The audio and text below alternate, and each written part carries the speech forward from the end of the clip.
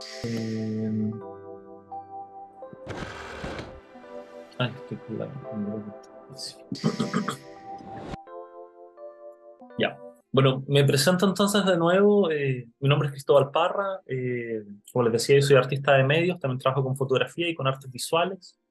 Tengo un background completamente distinto porque en verdad yo estudié Derecho. Yo soy egresado de Derecho y nunca me dediqué a eso. Como que empecé a salir de la carrera y empecé a dedicarme a cosas relacionadas a las artes. Y entre eso llegar al mundo de la fotografía, que ya venía practicando desde hace un tiempo, relacionado también con la fotografía en el cine. Y luego fui pasando, ¿cierto?, a otros procesos y otras etapas relacionadas con las tecnologías. Tengo algunos trabajos que son más de fotografía, como estos que ustedes están viendo acá, ¿cierto?, relacionadas también a cómo nosotros conectamos o entendemos las tecnologías desde una perspectiva latinoamericana. Eh,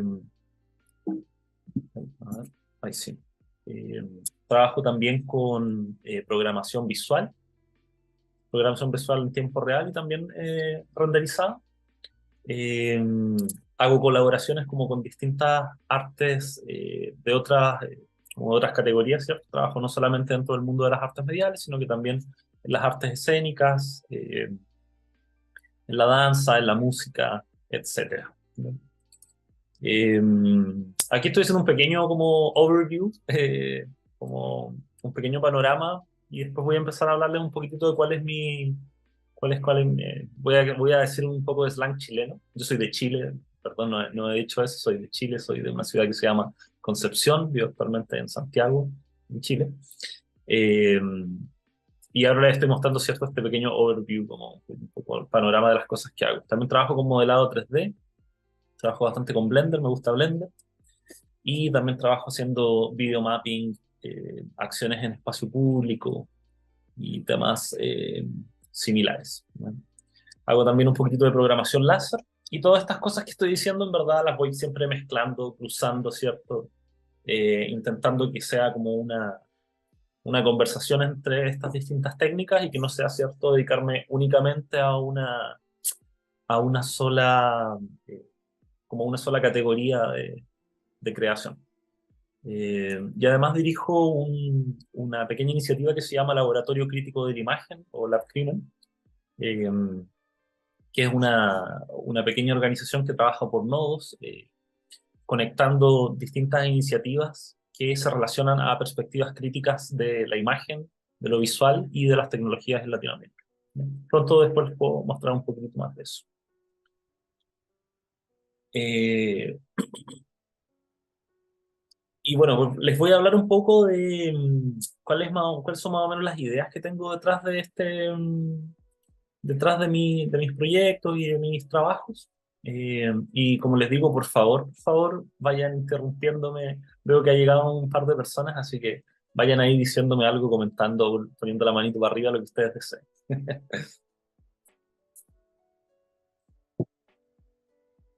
Entonces, Lo primero, la primera reflexión que quería hacer es un poquitito qué rol cumple la tecnología, ¿cierto?, en nuestra sociedad. Eh,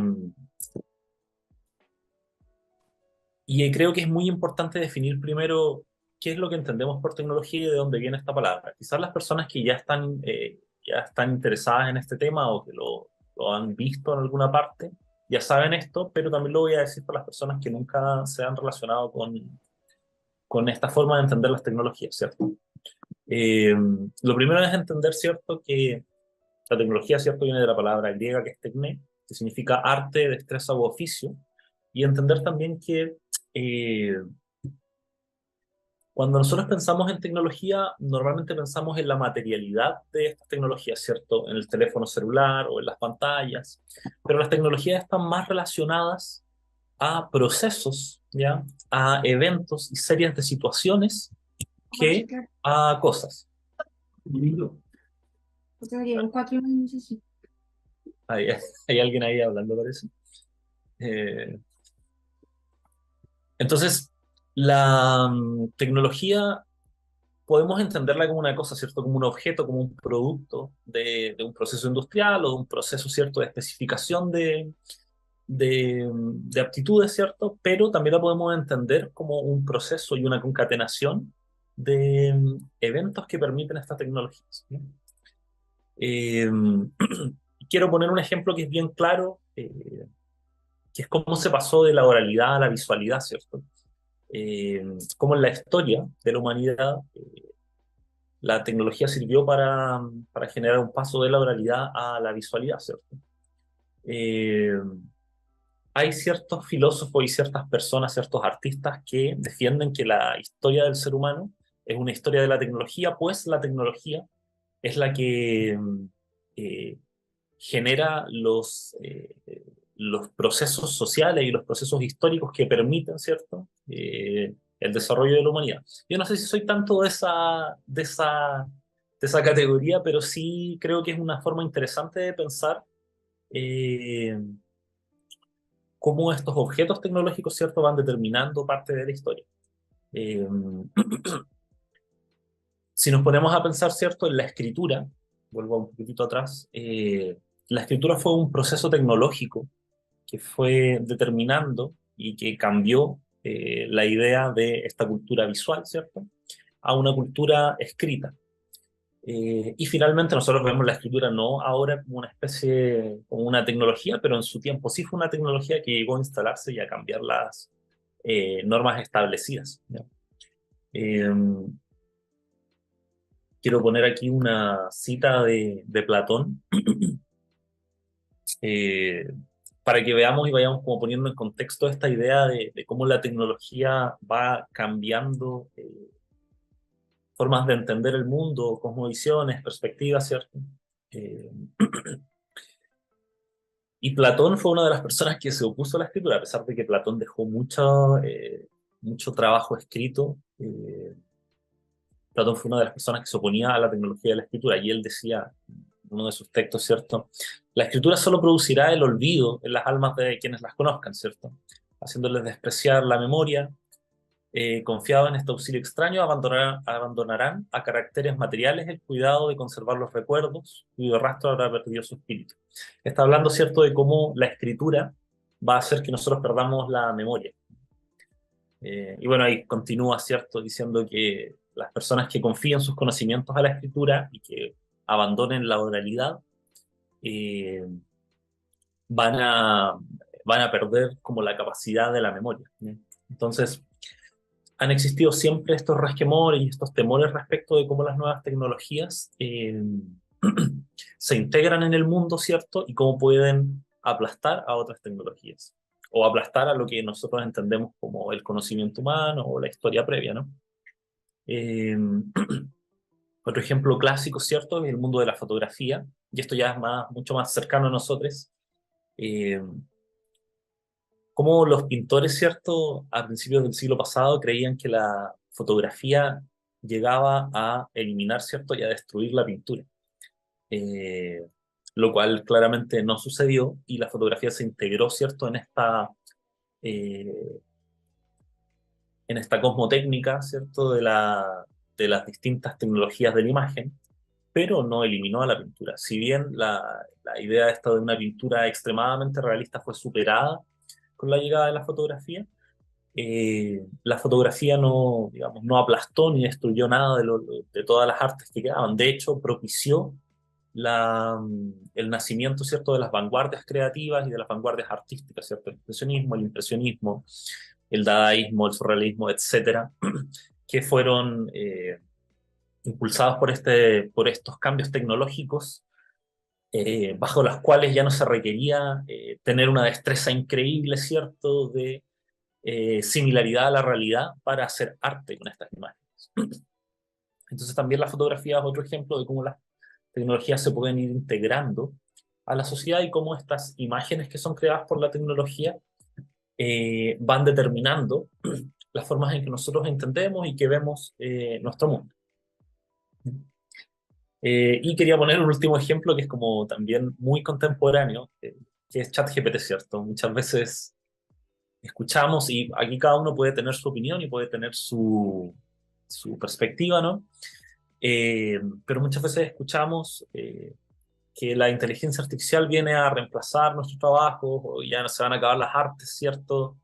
Yo he visto muchos como TikTok, yo tengo TikTok, he visto muchos TikTok que son como, ya no vamos a necesitar diseñadores gráficos, diseñadoras gráficas, ¿cierto? Porque la inteligencia artificial lo viene a reemplazar y va a aplastar esa.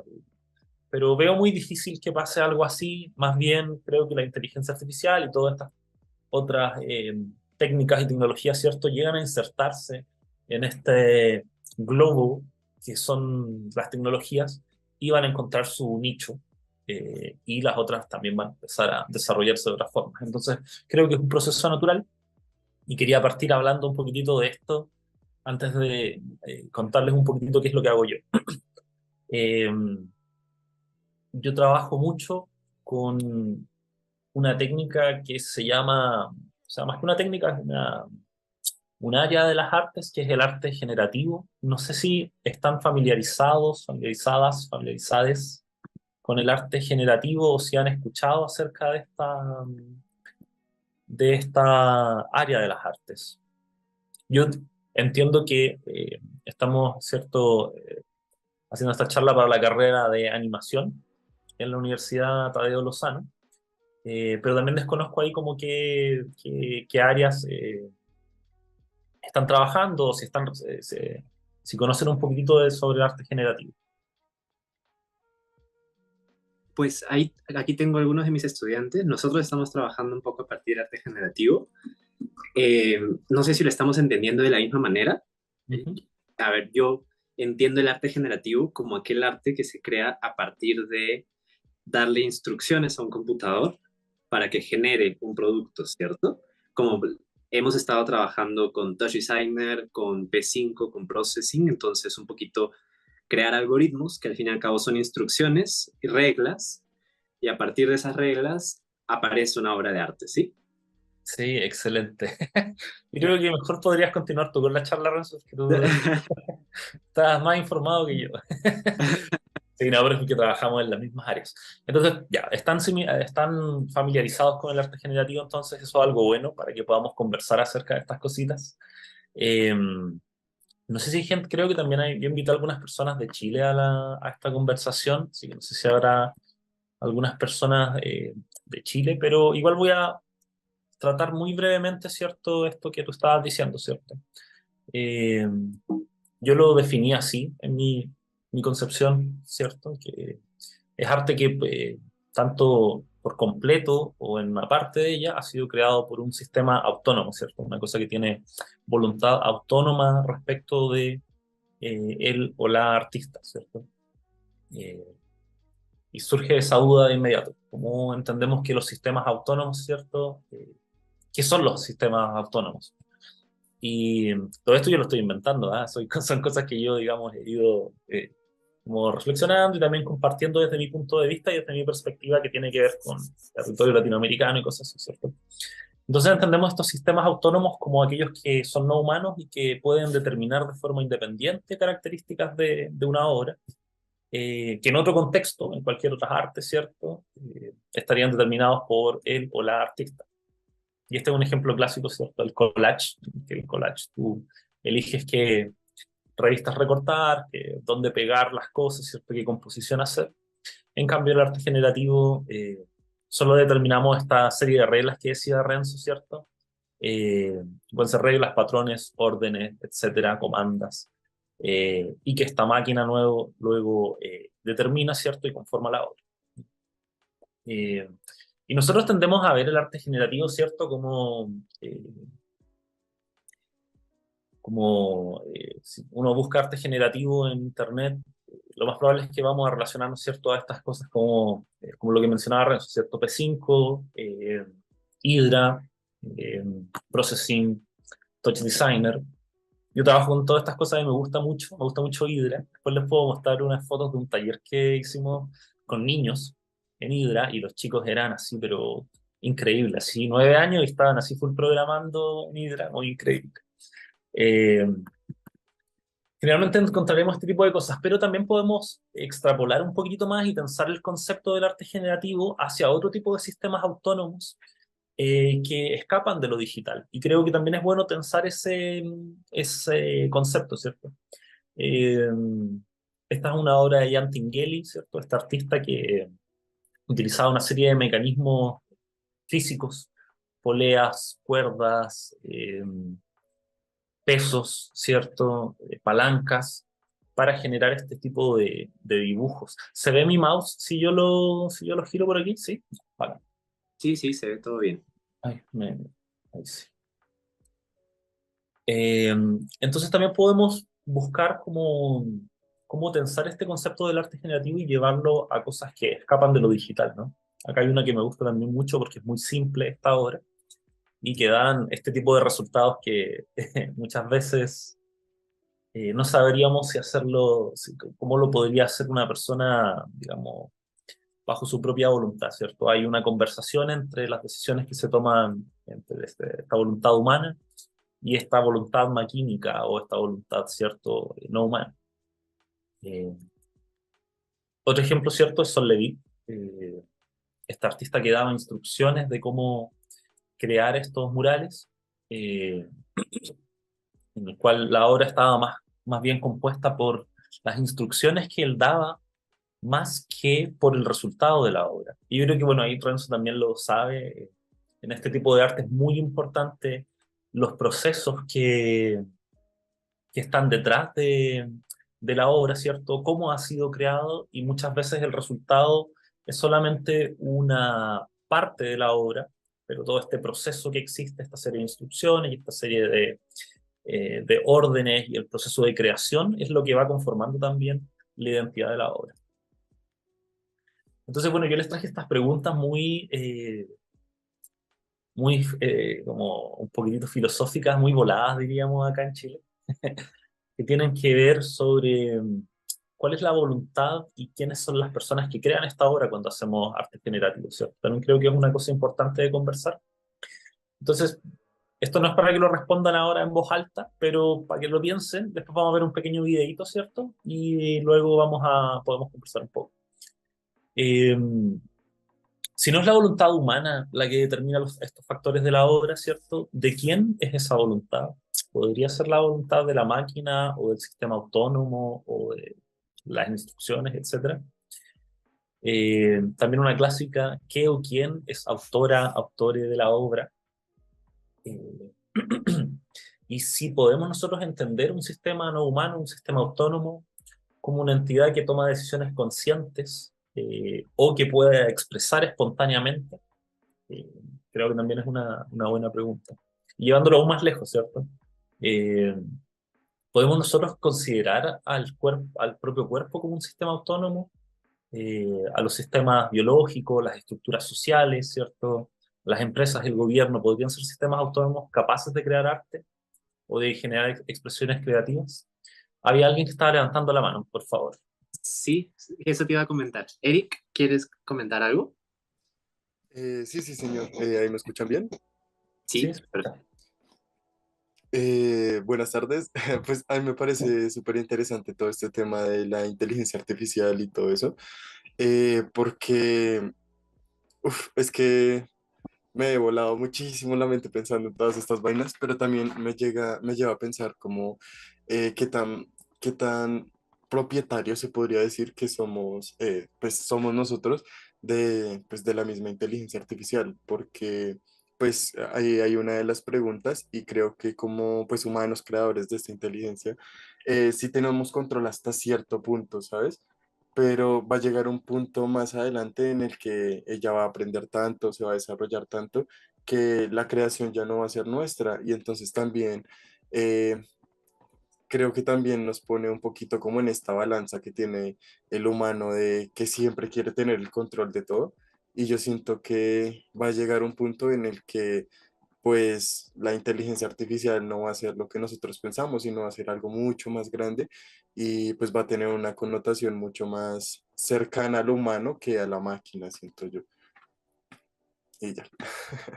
Sí, está súper interesante lo que tú dices, Eric, Porque primero es una cosa que estamos viviendo ahora, ¿cachai? Como que hace unos años lo de la inteligencia artificial era una cosa más bien experimental, que estaba como ahí en algunas partes, pero desde hace 2 años, no sé, creo que con la llegada de DALL-E 2 se disparó y ahora está súper presente como en nuestro cotidiano, ¿cierto? Usamos todos los días cosas de inteligencia artificial, estemos conscientes o no de ello.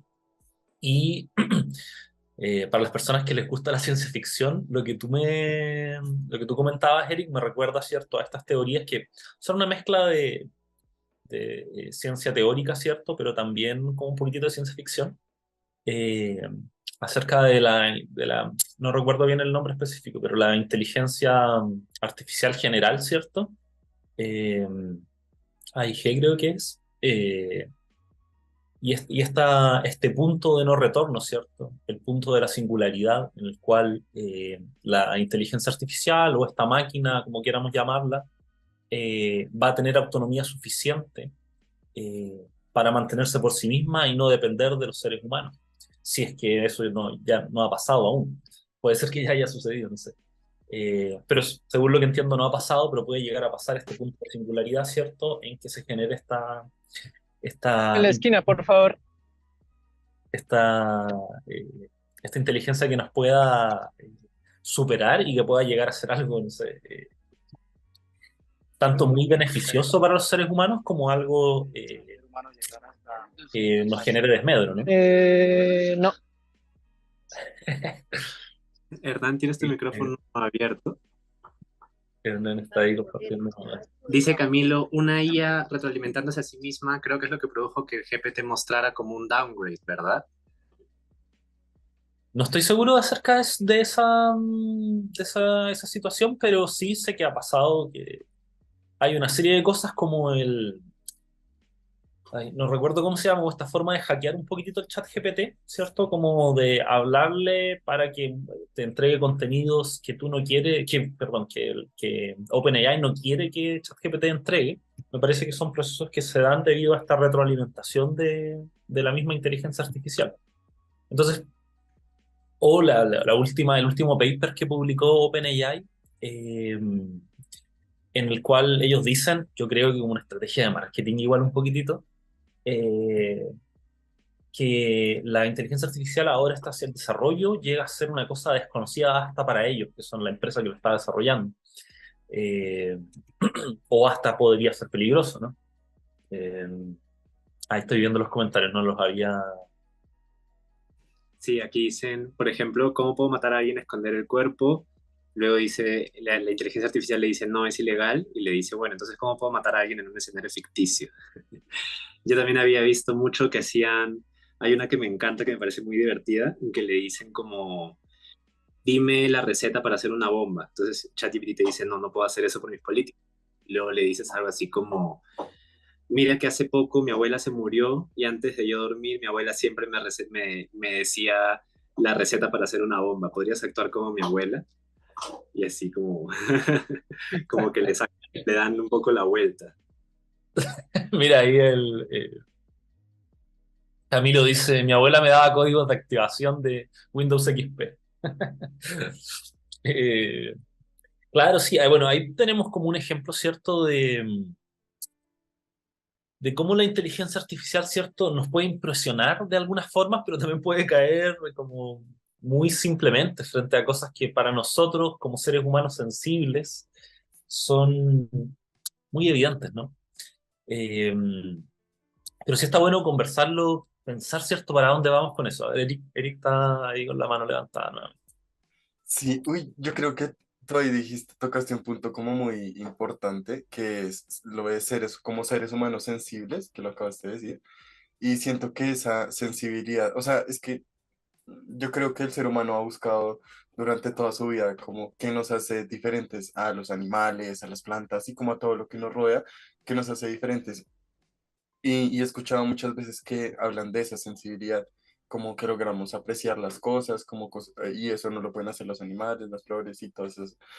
Y sí, como los otros seres con los que habitamos. Pero creo que si llegase un punto en el que la inteligencia artificial no imitara esa sensibilidad, sino que genuinamente llegara a crear su propia sensibilidad, también nos pondría en un dilema moral de que nos seguiría siendo humanos, ¿sí? Que nos haría diferentes a esta, pues, a la misma inteligencia artificial. Está muy bueno eso que dices tú porque, claro, nosotros tenemos este entendimiento de que las máquinas son seres no sintientes, ¿cierto? O no seres quizás, como elementos no sintientes, objetos no sintientes.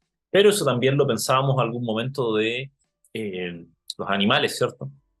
Mucho tiempo se pensó que los animales no sentían y que nosotros los seres humanos teníamos este componente mágico, que ya sea viniera de la religión o del rey o de lo que fuera, pero nosotros éramos especiales. Y esas teorías se han ido cada vez como desechando cada vez más.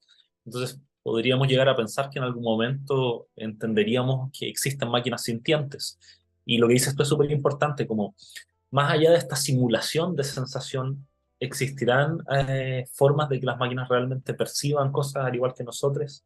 Creo que es una buena pregunta que nos podemos hacer. Y justo relacionado a eso, les traje un videito que quizás ya han visto en las redes sociales porque hace años ya que anda dando vueltas cada cierto tiempo en Instagram y que es esta obra que se llama Can't Help Myself, ¿cierto? Eh, ay, eh, ¿cómo lo hago aquí para copiar esto? No, un segundo. Se las voy a mostrar acá en el... Sé que lo tenía en la presentación, pero parece que lo van a escribir por YouTube. ¿Alguien ha visto esta obra, como los videos o los registros de esta obra? Es bien popular. Se hizo súper viral, ¿sí? ¿Cómo? Se hizo súper viral, ¿sí? Se hizo full viral esta obra. Eh, y creo que tiene una buena reflexión en torno a esto que estamos hablando respecto de... Le voy a poner el videito mientras vamos conversando. Para las personas que no la han visto, eh, es una obra de Yuan y Peng Yu, eh, en la que tiene este brazo robótico, ¿cierto? Este brazo mecánico, esta Kuka. Eh, Kuka creo que es la marca, ¿cierto? De estas máquinas. Eh, y en la cual esta máquina está, ¿cierto?, recogiendo constantemente este líquido hidráulico. Creo que no está especificado, los artistas no han dicho específicamente si realmente es líquido hidráulico o solo lo simula, pero esa es como la impresión que da, está como sangre que tiene, ¿no? Y que va recogiendo constantemente y que en sus tiempos libres esta máquina va bailando. En general, a mí me pasa y la sensación que tienen las personas es esto, ¿cierto? Como cómo esta máquina eh, puede transmitir esta sensibilidad, ¿ya? Que nos hace sentir identificados e identificadas, ¿cierto? Respecto del trabajo, ¿cierto? Pensamos de inmediato como en Sísifo, ¿cierto? El mito de Sísifo, esta persona que sube con esta gran bola de piedra por el cerro infinitamente, que está condenado a siempre estar en eso. Eh, pero también en esta sensibilidad del baile. Yo creo que en esa parte la obra tiene una cosa que le da un punto por sobre otras obras que tratan sobre el mismo tema, eh, y que es esta sensibilidad del baile. El baile es algo que nosotros experimentamos como algo muy humano y muy sensible y muy desde la percepción y desde la expresión, ¿no? Entonces, el sentir que esta máquina esté bailando, que esté performando esta acción que es tan humana para nosotros, nos hace también generar esta pregunta en torno a si las máquinas sienten, ¿cierto? O por lo menos generar una ficción respecto de eso. Yo por lo menos, si tú me preguntas a mí, yo no te podría decir si creo que esta máquina siente realmente, ¿ya?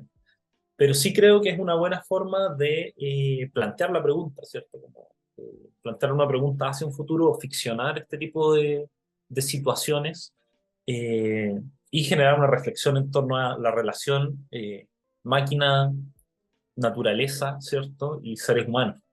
¿Ya dónde está ese límite? ¿Dónde está el límite respecto de qué es lo natural, qué no es lo natural, qué es lo maquínico y qué es lo humano? Eh, Alguien había comentado algo respecto por ahí de la obra y si quieren pueden comentar también.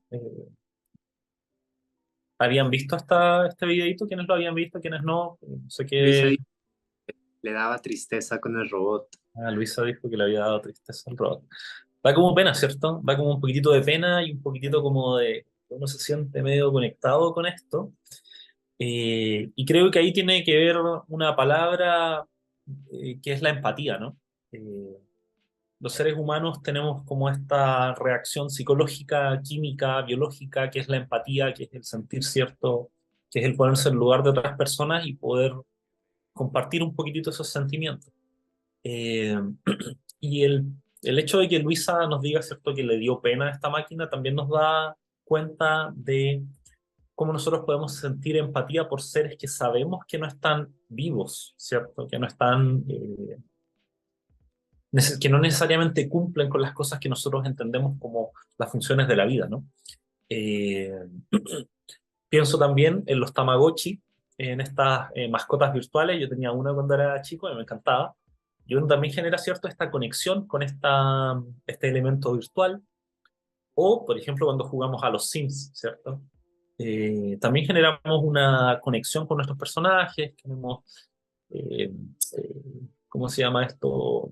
Queremos sentirnos identificados con esas cosas, entonces estos límites que tenemos entre lo que es natural, lo que no es natural, eh, lo que es máquina y lo que no es máquina, empiezan a ser borrosos, ¿no? Diego Felipe dice los personajes animados, por supuesto. Eh, las películas de anime, perdón, de animación, bueno, también el anime, ¿cierto? Son una forma muy clara y también muy sensible de conectar con estas cosas no humanas, ¿no? Entendieron también que a los niños y a las niñas les gustan mucho los personajes animados, que son simplemente representaciones de personalidades o representaciones de caracteres, ¿cierto? De caracteres, pero que no son nada más allá de una representación. Entonces creo que es buena también esa hacer esa reflexión, ¿no? Eh,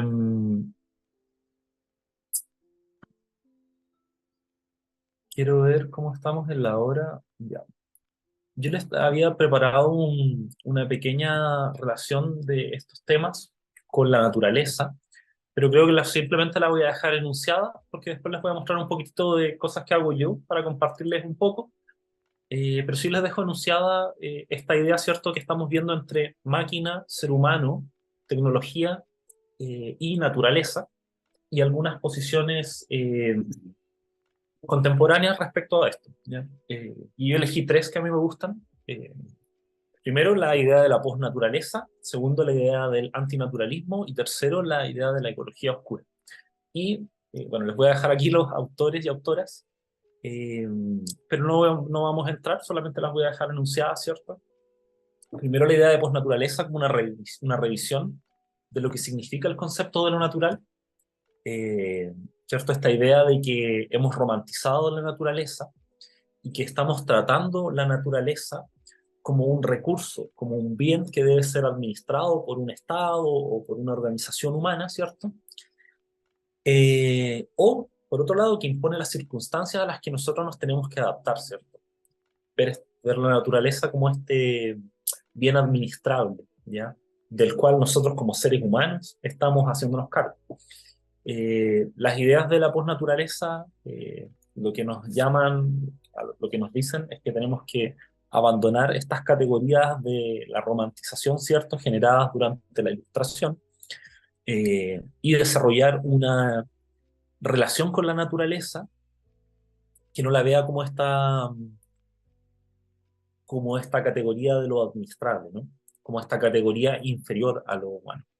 Y yo sigo ahí en Instagram eh, esta iniciativa que es el Instituto de Estudios Postnaturales, que es bien interesante y que trabaja en temas relacionados a esto, ¿cierto? Cruzando un poquitito feminismos, teoría queer, tecnologías, arte y, por supuesto, ideas contemporáneas respecto a qué es lo natural y qué no es lo natural.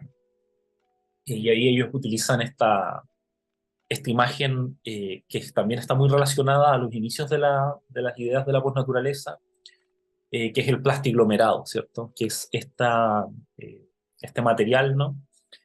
Eh, generado a partir de residuos de plástico, ¿no? Entonces se los dejo ahí para que lo investiguen, está bueno.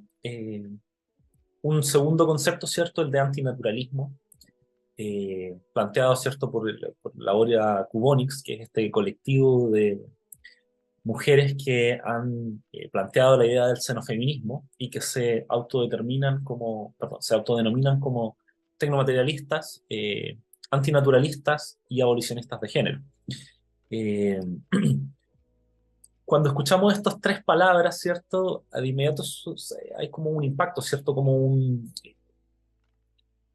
Hay como algo que se remece al escuchar estas palabras que suenan tan fuerte, ¿no? Tecnomaterialismo en el sentido de que son filosóficamente materialistas, pero que creen que las tecnologías también son parte de la determinación material de la vida, ¿ya? Para las personas que les interesa Marx es como una derivación, ¿cierto? Del aceleracionismo marxista, ¿cierto? Eh, o una actualización, por supuesto, de eso, pero sí que las tecnologías determinan, ¿cierto?, las condiciones materiales de vida. Abolicionismo de género, ¿cierto? Como el género ha sido una categoría de exclusión y de discriminación a lo largo de la historia. Y antinaturalismo es bien interesante lo que estas personas dicen. Eh, Dicen respecto de la naturaleza, que la naturaleza, la idea de naturaleza, no la naturaleza en sí, ha sido históricamente utilizada como una categoría de preconcepción social, ¿cierto? Como una herramienta de juicio sobre los desplazados. Por ejemplo, ¿cierto? Es natural que las personas blancas sean superiores a las personas de otra raza, ¿cierto? Eh, es natural que el hombre sea superior a la mujer, o no es natural que dos hombres se relacionen entre sí. Entonces, este tipo de categorías de lo natural han sido una categoría de preconcepción, ¿cierto?, de prejuicio para justificar abusos sociales, ¿ya? Entonces, ¿qué es lo que dicen estas personas? Si la naturaleza, si la idea de lo natural es un prejuicio y un perjuicio también para categorías sociales eh, de minorías, ¿cierto? Nosotros nos vamos a declarar como antinaturalistas. Eh, Tienen esta frase que a mí me gusta, ¿cierto? Que dice, escindirse de la máquina capitalista o repudiarla nos la hará desaparecer. Quieren construir un feminismo adaptado a la realidad tecnocrática del capitalismo, ¿cierto? No como una autodefensa digital, sino como y esto es lo que me interesa mucho, una reorientación, ¿cierto? Un desvío, ¿cierto? De las tecnologías hacia, ellas dicen, fines políticos progresistas de género, pero pueden ser otro tipo de fines también, pero me interesa la idea, ¿cierto? Eh, de la reorientación y del desvío de las tecnologías hacia fines políticos, ¿ya? Eh, También se las dejo ahí para que lo busquen. Laura Kubonix, Helen Hester con el xenofeminismo. Y finalmente también un autor que está muy de moda, que es Timothy Morton, con la idea de la ecología oscura, eh, y que él dice que la naturaleza es un concepto que ha sido planteado, ¿cierto?, y construido desde la perspectiva antropocéntrica, ¿cierto?, desde la idea de que nosotros los seres humanos somos el centro del universo. Y dice que, claro, la idea de naturaleza está diseñada para los humanos y que no es relevante al momento de que nosotros hablamos de ecología. Eh, Él dice que nosotros nos hemos planteado frente a la naturaleza eh, como a través de perdón, no a través, sino que poniéndonos con una distancia. La naturaleza es lo que sucede allá en el cerro, la naturaleza es lo que pasa allá con los animales. Nosotros nos hemos escindido de esa categoría y nos hemos puesto afuera de eso. Las propuestas de la ecología oscura de Timothy Morton lo que dicen es que no es, eh, no es así, ¿cierto? Y que tenemos que encontrar esta forma de integración entre lo que es natural, ¿cierto? Entre lo ecológico y nuestras tecnologías. Eh, bueno, aquí tenía un poquitito más explicado, ¿cierto? Separar el mundo humano y no humano mediante esta pantalla estética arbitraria, dice Timothy Morton, ¿cierto? Y dice, claro, la naturaleza está allá, en otro lugar. Está hablando de la otredad, ¿cierto? De lo que no es el yo propio, lo que no es el sujeto, sino que es el otro. Está en mi ADN, está allá en la tierra, en el asfalto, dice, debajo del asfalto. Tiene esa cualidad, ¿cierto?, de estar siempre en otro lugar y ser otra cosa. Eh, Así que bueno, esas son tres ideas que creo que con eso podemos cerrar un poquitito la idea de tecnologías, seres humanos, ¿cierto? Y naturaleza. Eh, y bueno, también hablarles un poquitito de lo que hago yo. Yo categoricé mi...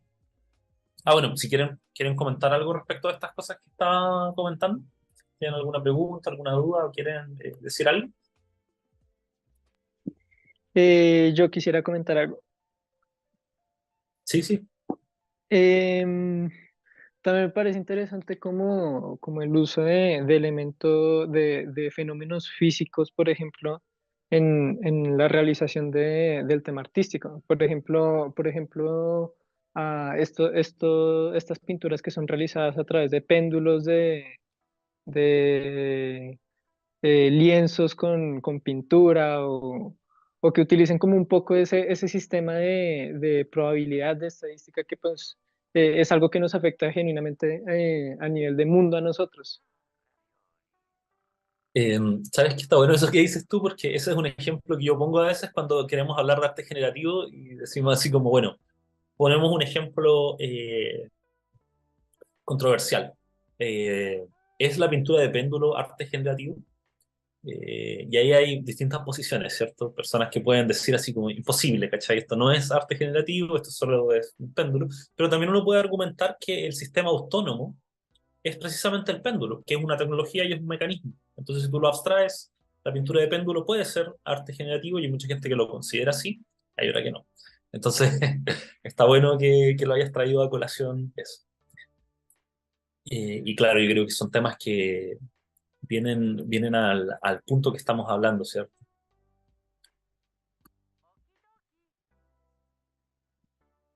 Sí, está genial porque también, pues, normalmente asociamos arte generativo a computadores, ¿cierto? Y no siempre los algoritmos o el código tienen que ver con computadores. El tejido también es un tipo de algoritmos y de código, ¿no? Entonces, es interesante esto que dices, pensarse también un poquito qué tipo de instrucciones estamos utilizando para crear. Sí, 100%. Y pasa mucho que a mí mismo me pasa, ¿cierto? Que la, la, la fantasía de la tecnología, la espectacularidad de la tecnología muchas veces nos mantiene absortos, ¿no?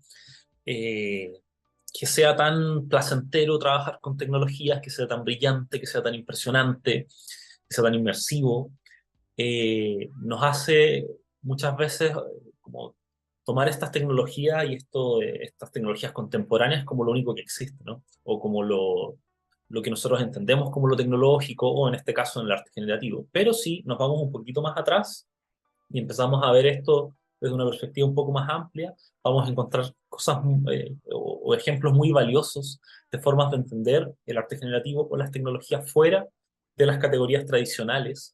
En este caso son las tradicionales, normalmente no lo son, pero en este caso serían las categorías tradicionales de tecnología y generatividad. Bueno, entonces, estas ideas que les he estado comentando, que en verdad son cosas que nosotros conocemos y que yo las voy mezclando un poquitito con trabajos territoriales respecto de eh, Latinoamérica, el sur de Chile, territorios costeros, contaminación y factores políticos que afectan la geografía y la geopolítica de Latinoamérica. Las he ido un poquito mezclando y sacando algunos trabajos que les quiero mostrar. Me voy a tomar estos últimos minutitos para mostrarles eso y luego podemos hacer como una conversación, así una interacción para compartir y yo también conocer un poco de ustedes, que me cuenten lo que ustedes hacen. Entonces yo dividí mi trabajo en tres partes. Esto lo hice recién, así que estoy recién inventando esta división. Que es primero conexión territorial y acciones con espacio público. Segundo, es cultura digital y que le puse ahí cierto anti o postnatural porque reflexiona un poco en torno a las cosas de naturaleza, a los temas que estábamos hablando. Y finalmente, la parte más experimental, que es programación visual experimental. Eh, lo primero es esta parte como más escultórica, que me gusta mucho trabajar con Blender, y que hago ciertas estas esculturas tridimensionales o modelos tridimensionales, como quieran llamarles, que reflexionan un poquitito a este mismo tema, ¿cierto? De cómo nosotros entendemos las cosas naturales, biológicas, animales, vegetales, y cómo a través de procesos tecnológicos, procesos tecnológicos o procesos generativos, ¿cierto? Podemos crear esculturas o podemos crear elementos, animaciones, lo que nosotros queramos, que nos permiten simular o generar esta empatía o este entendimiento respecto de una naturaleza sensible. Eh, Estas son cosas que hago, digamos, con Blender, con los sistemas de partículas de Blender. Eh, y que busco crear ciertas estas conexiones entre qué cosas son lo biológico, qué no lo es, y reflexionar un poquitito en torno a lo que es animal, y cosas así. Y de a poco he tratado la verdad es que esto yo lo hago más que nada como por diversión, me gusta, pero también trato de vincularlo un poquitito con los trabajos territoriales en los que yo estoy interesado. Entonces también trato de emular un poquitito de fauna marina, territorios costeros. Yo soy de una ciudad en la costa en Chile, eh, porque a pesar de que Chile es una gran franja de tierra con costa, también hay ciudades que no tienen costa como Santiago. Eh, Ahí no sé si estaba hablando Felipe o estamos escuchándolo, ¿no? Eh,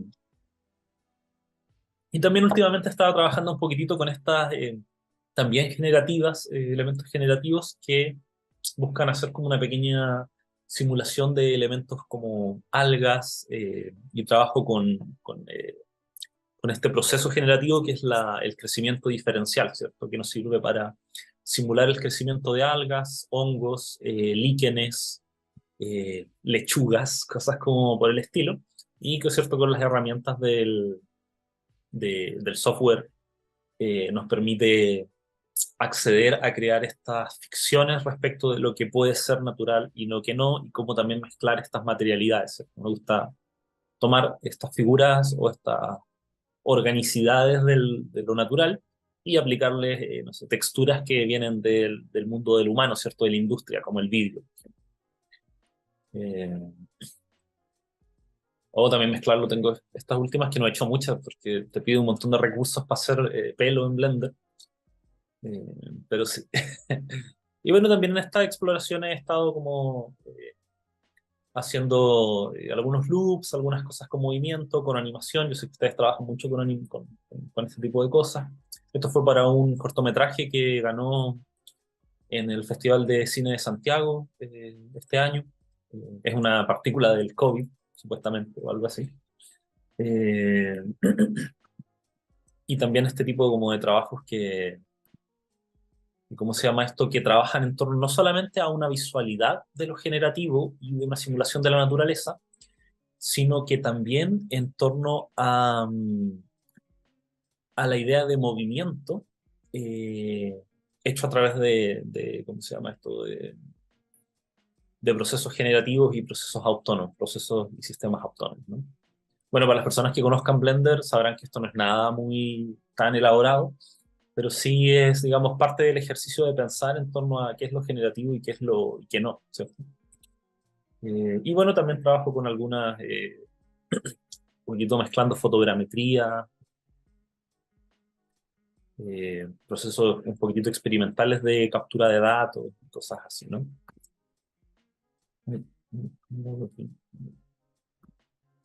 Mezclando modelos, ¿cierto? Fotogrametrías, nubes de puntos para generar, ¿cierto? Reflexiones en torno a elementos territoriales o industriales presentes en la geografía de mi país. Una segunda parte, voy a tratar de hacer todo esto en 5 minutos, para no quitarles más tiempo, pero una segunda parte tiene que ver con la conexión territorial y las acciones en espacio público, y que es donde voy a hablar un poquitito del trabajo del Laboratorio Crítico de la Imagen, eh, que tiene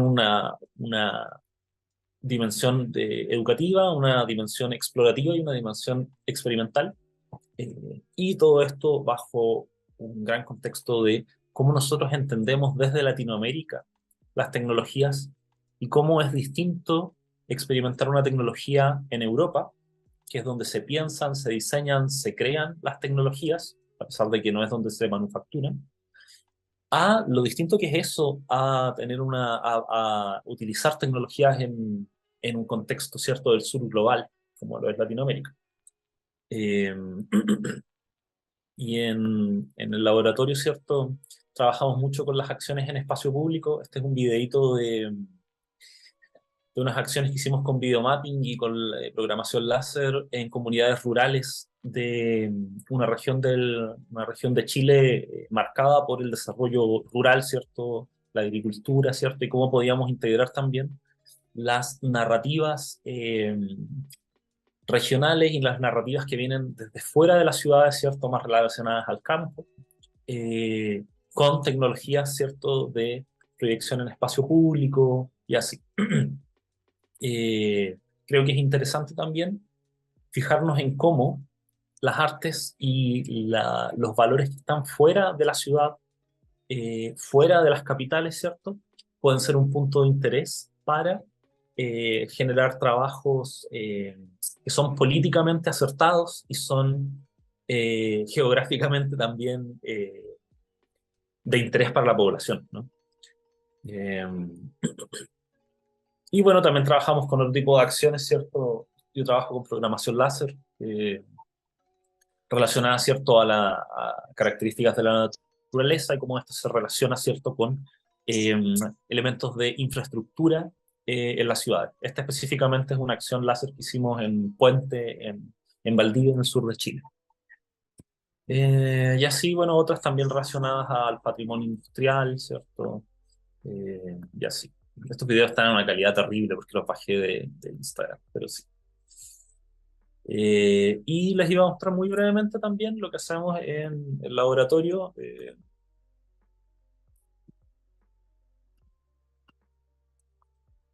Nos pueden seguir en instagram.com/labcrimen. Estoy aprovechando de hacer un poco de publicidad, pero aquí tenemos cierto,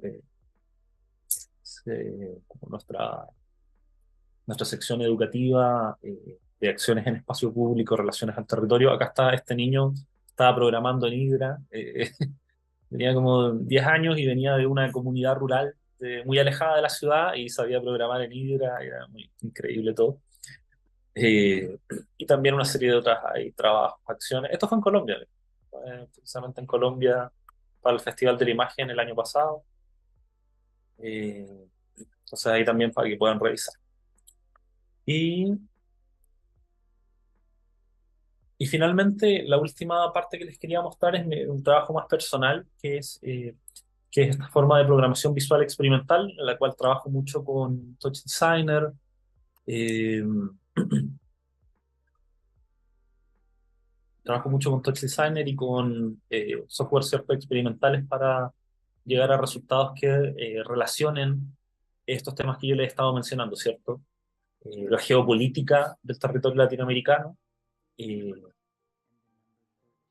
el contexto, ¿cierto?, de las tecnologías y su inserción en el sur global y su relación con la naturaleza, ¿no?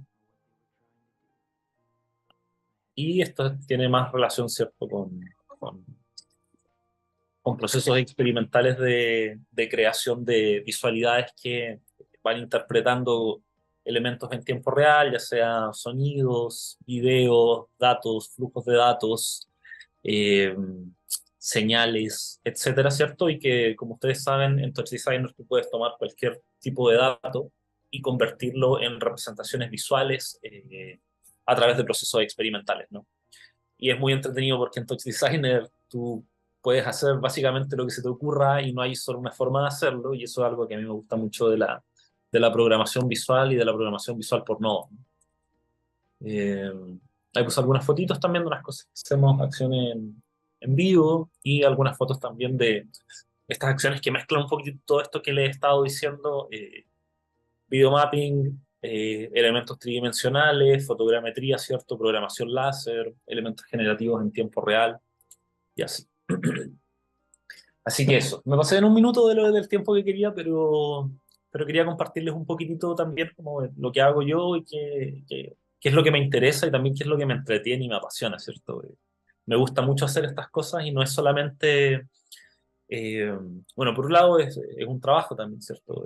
Es la forma en que yo trato de subsistir, ¿cierto? Sabemos que ser artista es algo complicado, eh, pero que también es una pasión, ¿cierto? Y es una cosa que disfruto haciéndola y que la técnica, por un lado, me da este placer, ¿cierto? De trabajar con código, trabajar con computadores, de trabajar programando, pero que se relaciona también profundamente con una dimensión teórica y una dimensión política del trabajo sobre tecnologías y sobre medios. Eh, eso. Si tienen preguntas, si quieren comentar, también podemos volver un poquitito atrás a las cosas que estábamos hablando acerca de naturaleza o las cosas que estábamos hablando, ¿cierto?, acerca de inteligencia artificial y todo eso. Si les quedó algo ahí en el tintero o si quieren compartir un poquitito de qué es lo que ustedes están haciendo, cómo se relaciona. Para mí sería genial ahí que podamos conversar unos minutos.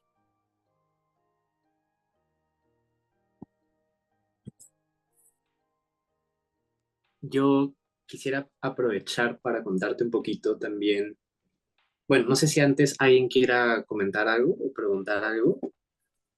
Si no, yo quería contarte un poquito que hemos estado también trabajando dentro del curso la construcción y la aplicación de una convocatoria para un festival que se está por realizar aquí en Colombia, que es el Festival de Voltaje, de Salón de Arte y Tecnología.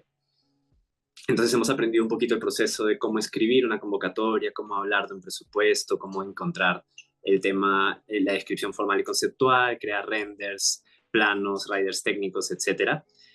Quería de repente preguntarte un poquito también en esto que estábamos hablando de lo difícil que es subsistir como artistas y encontrar espacios. Eh, si tú tienes algún tipo de recomendaciones o algún comentario para los chicos respecto a este proceso de armar los proyectos y enviarlos a espacios donde se puedan presentar. Como qué implica o qué tan difícil o fácil te ha sido.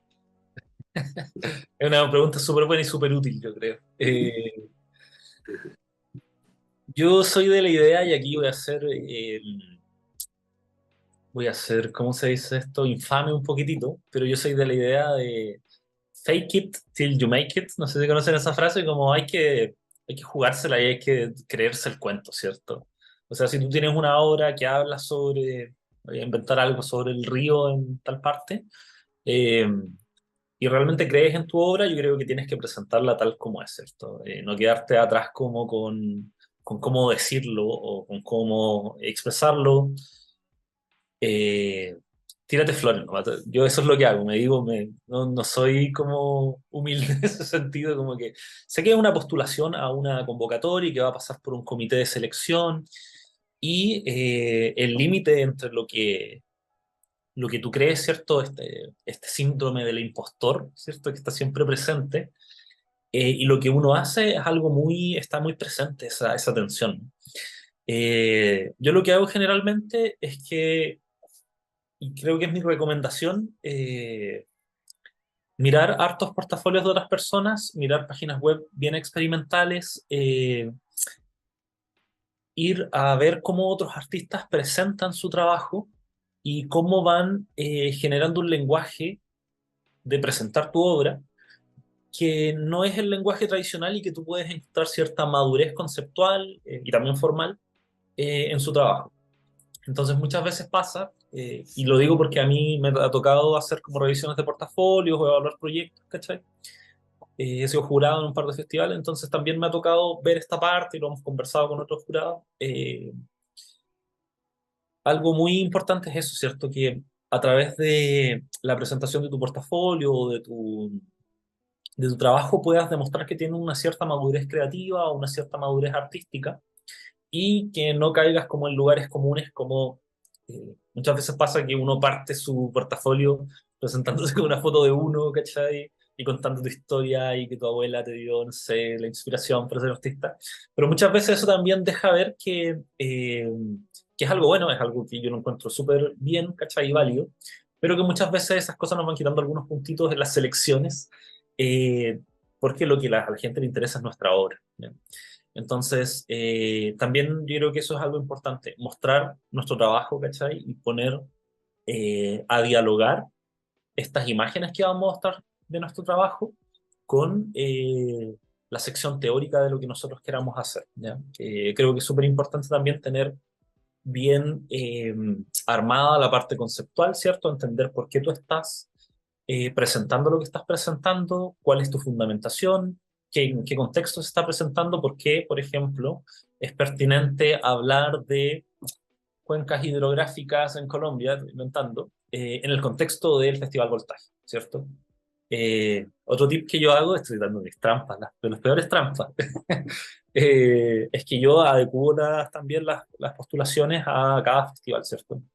Porque cada festival y cada cosa tiene su propia interés y su propia línea temática. Eh, y no creo que sea, siempre que uno calce, ¿cierto?, dentro de la línea temática, uno puede darle más interés a ciertas partes del trabajo y a otras no. Eh, por otro lado, también en la parte más como técnica de eso, creo que el rider técnico tiene que quedar muy claro, tiene que ser sencillo, eh, intentar hacer ver de que tu obra no va a ser un problema para el festival, sino que va a ser algo que la gente del festival puede disfrutar y también entender que no vaya a tirarle así como todo un montón de trabajo a otras personas, entendiendo también que la gente que organiza los festivales son personas como nosotros, ¿cierto? Entonces, creo que eso también es muy importante.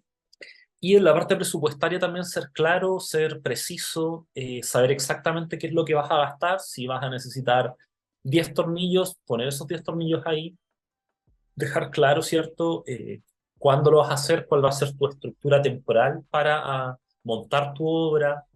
Eh, creo que esas cosas son súper importantes y necesarias al momento ahí de presentar cosas. Hernán mandó una carita como feliz y como una carita malvada, una cosa así. Estoy aquí contando mis trampas, mis cosas. Que no son trampas en realidad, todo el mundo lo hace, pero creo que está bueno conversarlo y decirlo abiertamente. Sí, eso está genial, porque pues algo que hablábamos también es que muchas veces aprendemos a postular a convocatorias, postulando a convocatorias, como que es difícil que a uno nos enseñen eso, ¿cierto? Sí, absolutamente. Quería aprovechar también para preguntarte sobre eso. ¿Cuál ha sido la manera más efectiva para ti para encontrar esas convocatorias? Yo como artista, si tengo ya estas obras, ¿cómo sé o cómo encuentro a dónde las puedo mandar? ¿Qué te ha funcionado? Eh, también es una muy buena pregunta. Y ahí voy a contar también mi relato, mi testimonio, porque yo cuando empecé a trabajar en las artes, como yo les contaba, yo estudié Derecho, entonces yo venía de otro mundo, nada que ver, y solo estaba relacionado a las artes a través de amigos con los que leía muchos libros o íbamos a exposiciones fotográficas, pero yo estaba completamente outsider del mundo de las artes. Y empecé a relacionarme con personas, encontré primero una residencia que me salió como una publicidad de Instagram y llegué a esa residencia y ahí eran todos artistas y todos sabían cómo postular y todos sabían todo y yo venía como de otro mundo completamente distinto.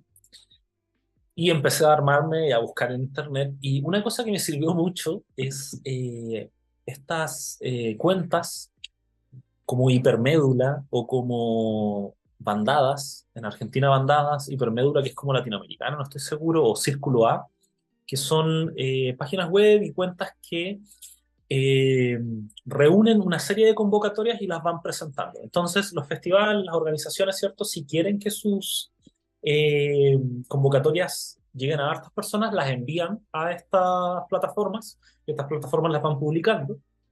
Y por otro lado, los artistas o las personas interesadas siguen a estas plataformas y les llega día a día cierta información de cuáles son los festivales que están sucediendo y así.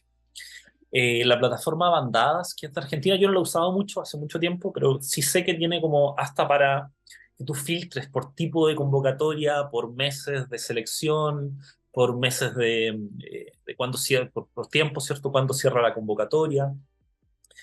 Eh, Creo que esos son como tips buenos, pero también creo que lo más importante es ser así como busquilla, ¿cierto? Como ser pulga, estar ahí como molestando, ¿cierto? Si ves algo que no conoces, como un, no sé, un centro cultural que no conoces, ahí meterte, ver qué es lo que están haciendo, eh, preguntar, ¿cierto? Preguntar abiertamente, mandar mensajes. A mí me cuesta mucho esa parte, pero también es algo que creo que he ido desarrollando un poquito de cómo también es algo bueno ser, ¿cierto? Meterle ahí un poquitito de presión a la cosa y de entender que es parte de nuestro trabajo también si queremos subsistir. Y ahí luego vuelvo al tema de la precarización de las artes en Latinoamérica.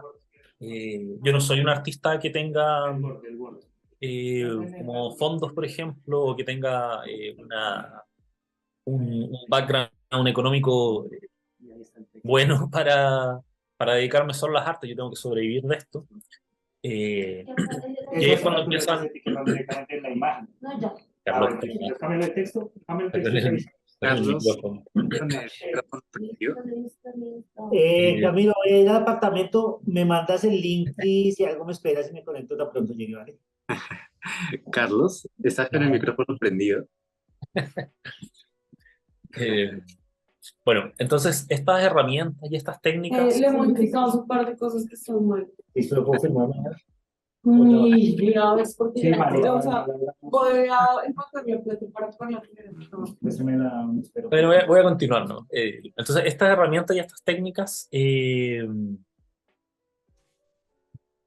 son buenas porque son también, yo creo, ¿cierto?, el asumir nuestra condición de artista, ¿cierto?, del sur global, que no tenemos las mismas oportunidades y que no tenemos las mismas condiciones de las cosas que están pasando en el arte en Europa, ¿cierto? Eh, y creo que es muy importante ahí generar estas conexiones, estas redes, conectarnos y organizar distintas iniciativas que nos permitan, distintas comunidades, ¿cierto?, que nos permitan acceder a estos festivales, acceder a los circuitos de arte y que nos permitan también generar una comunidad que nos permita subsistir.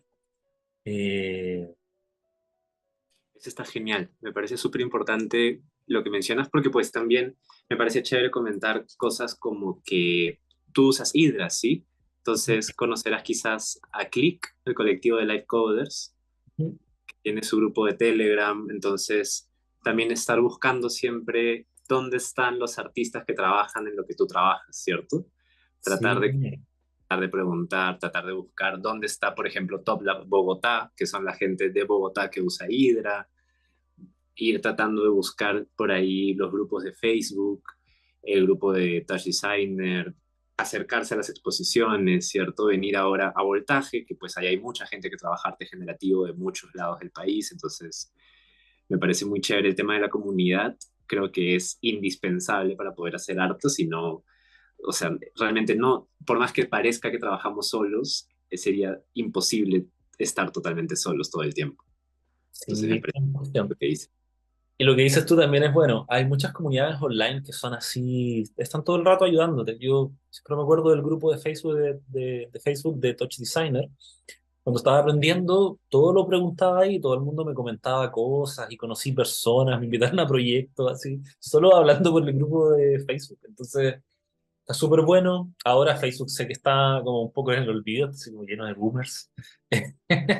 Pero sí hay ciertos grupos que se mantienen y comunidades que podemos utilizar. Y hay, claro, grupos de Telegram, de Discord, eh, no sé, un montón de cosas. Así que está bueno, está súper bueno que aprovechemos esas cosas y que nos conectemos también como una comunidad que tenemos una conciencia común de pertenecer, ¿cierto?, a este círculo latinoamericano de artistas, que no somos tantos y que también nos vamos a estar como comunicando y creando esta generación de artistas latinos, ¿no? Entonces también creo que ahí hay una buena cosa. Genial, gracias Cristóbal. No sé si alguien tiene alguna pregunta, alguna duda antes de que vayamos cerrando. Pregunten, aprovechen de preguntar todas las dudas o las cosas que quieran, o reclamar lo que quieran. Por ahí Hernán, Camilo, ustedes que han estado trabajando también con Touch, con Unity, con arte generativo un montón. Qué bacán. Qué ganas de ir a ver sus trabajos y ahí a conversar un rato. Ay, sería... Mm. Te voy a Aquí estar... nos estamos es jalando el cuero cabelludo, intentando ver cómo sacamos las cosas. Bueno, yo igual tengo ganas de ir a Colombia. Si es que me sale algún festival allá, alguna cosita, les voy a avisar y nos podemos juntar así, presencial. Hacemos algo.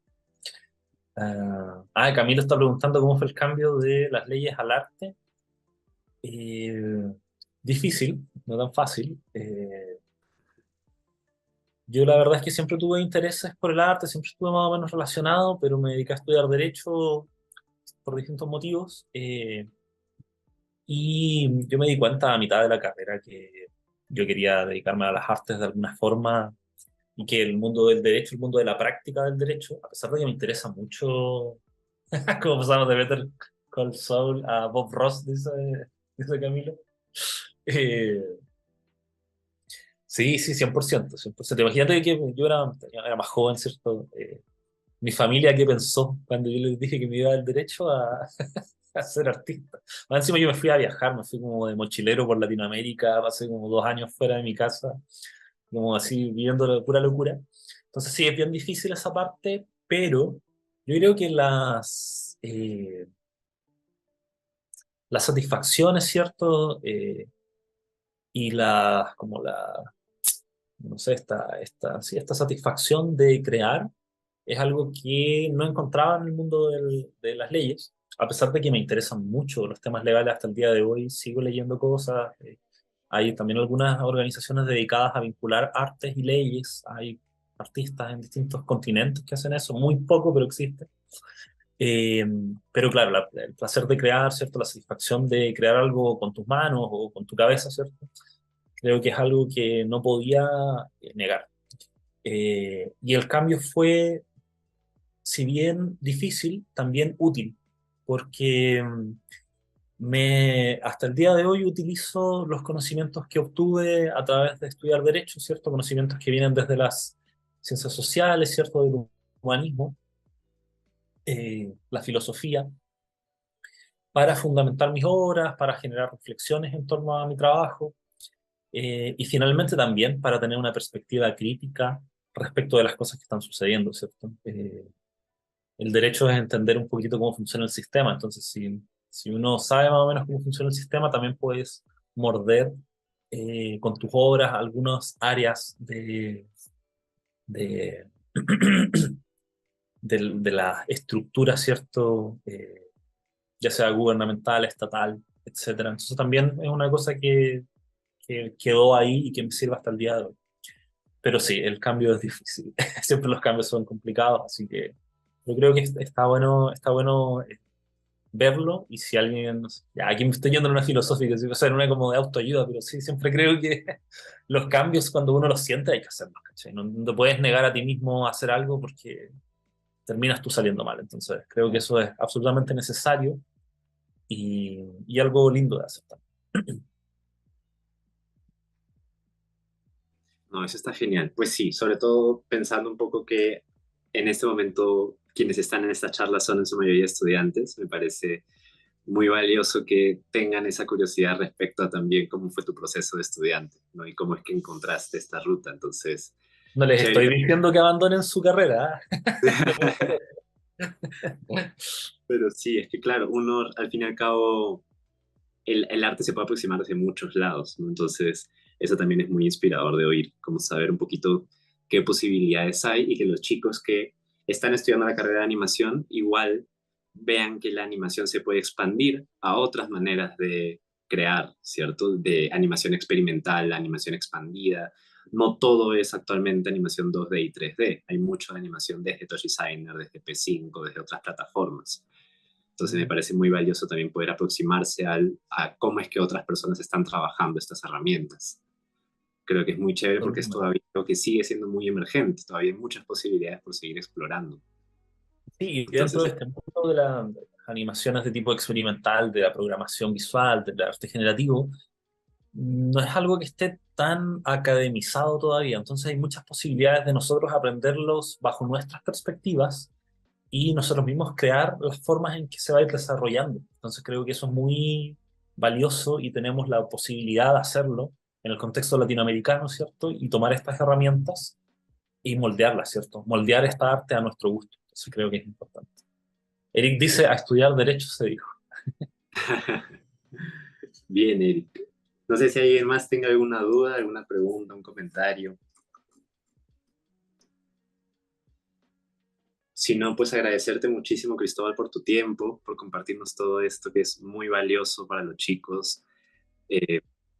Nosotros estamos con estas charlas tratando de acercarlos a que, como tú dices, como son cosas que no están tan academizadas, a veces se aprende mucho más simplemente por tener un referente ahí al cual acercarse, como saber cómo otras personas están trabajando, cómo otras personas se han enfrentado a estos procesos que a veces parecen muy solitarios, como que parece que somos los únicos que lo estamos haciendo, porque como no hay un sistema tan formal o tan ordenado, parecería que no hay más personas haciéndolo por ahí alrededor de Latinoamérica, ¿no? Entonces, me parece muy valioso tenerte, que los chicos hayan podido conocer tu trabajo. No sé si nos podrías de repente terminar compartiendo un poquito dónde encontrar más de ti o cómo seguir viendo un poquito qué es lo que estás haciendo. Por supuesto. Bueno, en verdad yo solamente utilizo mis redes sociales. Cristóbal Parra, mi Instagram. Pueden seguirme y lo que les iba a comentar es, si quieren, siempre digo esto, si quieren hablarme o tienen dudas o quieren consultar o proponer cosas, 100% abierto al diálogo. Entonces, díganme lo que quieran, yo subo, mira, aquí en mi timeline tengo cosas más serias, pero en mi historia subo puros memes y puras tonteras.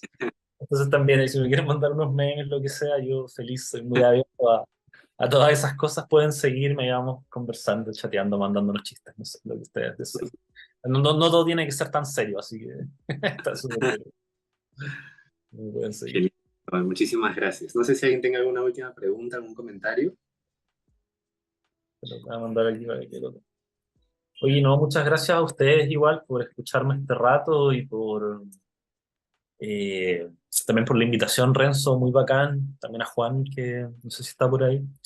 Eh, pero agradecido también de participar, de compartir, de generar comunidad, ¿cierto? Y de también saber inquietudes, ir conversando, compartiendo siempre lo mejor. Gracias, Cristóbal. Entonces, estamos en contacto y cuando vengas a Colombia, por favor, avísanos, que ahí estaremos más que felices de recibirte y compartir un poquito lo que hemos estado haciendo. Bacán, bacán. Muchas gracias. Que les vaya muy bien, suerte con la carrera, ojalá que les vaya bien en el festival ahí en Voltaje y ahí nos estaremos viendo.